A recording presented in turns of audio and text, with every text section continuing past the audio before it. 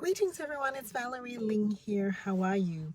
This is a question I've been pondering quite seriously, and that is there really such a thing as burning out from your own passion? Is passion in itself a bit of an issue?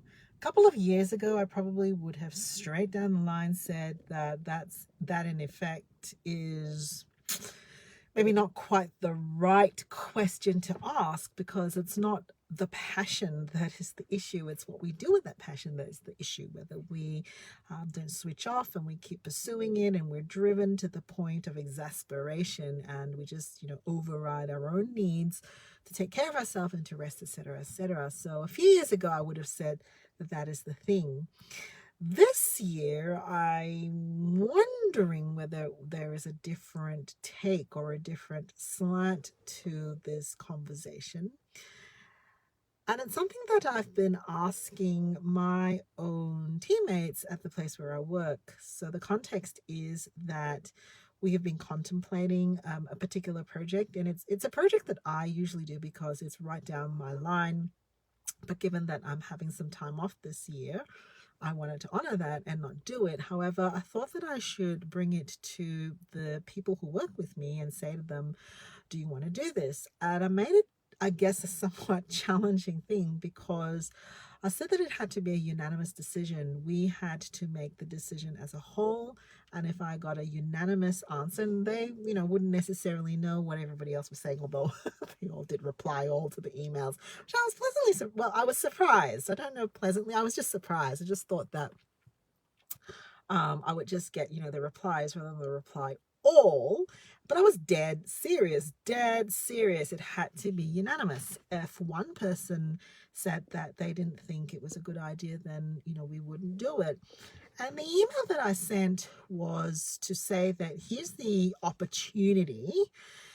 Here's the reason why I've done it in the past, and here's the reason why I think it's worth doing. And I said this line, I said it's a high purposed activity, but it'll also be a high tax activity. And what I meant by that is, very often when you are doing things that you have a great degree of conviction and a great degree of purpose, your whole self often goes into it, not just in terms of physically the work that you're doing, your focused, your emotional investment. And don't forget, we will make mistakes, right? Through this, you're going to make mistakes. People are going to misunderstand what you say, or you're going to have to explain to your family perhaps why you're a little bit distracted, or right, it takes other resources, if you like, when you're working on a passion project. So I put that sentence into the email, and then I followed up with a second email, because if you've been following me or if you're new, one of the practices that I have for myself in terms of making sure I don't burn out is regular quarterly reflections, and I write them down and review them very regularly, particularly before I make any big decision. So I was reviewing some of my journaling around, the convictions of, what do I believe in? What am I seeing happening in the world? And in prayerful consideration, what do I think I've been commissioned to do for this year? And one of the pieces of writing that I had, which really just encapsulated during the time when COVID was particularly impacting on mental health, and it still is. I wrote a couple of paragraphs about what I was deeply committed to, and I sent that to them. I sent these two paragraphs to them and said, this is why I do what I do, and this is why I lead us the way that I lead them. And I haven't shared these really personal reflections before, and it's a little bit of a vulnerable moment. I'm like, hey, I'm going to send this to you guys, and hopefully you're not going, what on earth is she talking about? Send that to them, and unanimously the entire team that would need to be involved to get this project off the ground said yes. Now, their reasons for saying yes were interesting and showed me that I can feel something. I, as a human being, can feel something so deeply and so with so much conviction. And everybody will get a sense of maybe a breath of oxygen from that. But what they do with that breath is theirs, right? It's almost like, as I'm, if I were a tree or a plant, and I'm taking in carbon dioxide and I'm giving out oxygen, right? So I'm giving out oxygen, and the people around me are breathing that in. It gives them a different kind of life.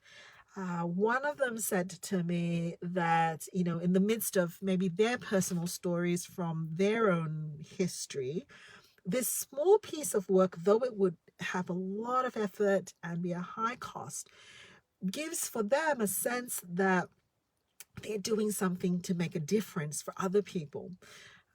For another person, it was like, think about the opportunities of the ripple effect. If we do this, think about the ripple effect that goes out.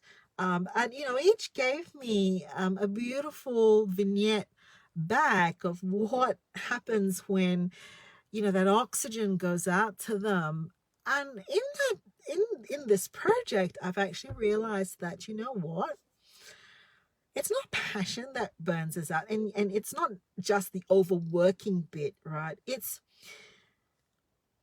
when you don't know how it's carrying forward, how it's, and I don't want to use the word impact.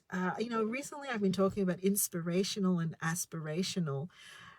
For us, during difficult times that we're going through like this, inspiration, encouragement from other people, being able to be around other people who see things the way that you see things, who can reinforce and affirm that the things that are important that are weighing on you, that inspiration that you get from others that say it's worth going, it feeds our aspiration.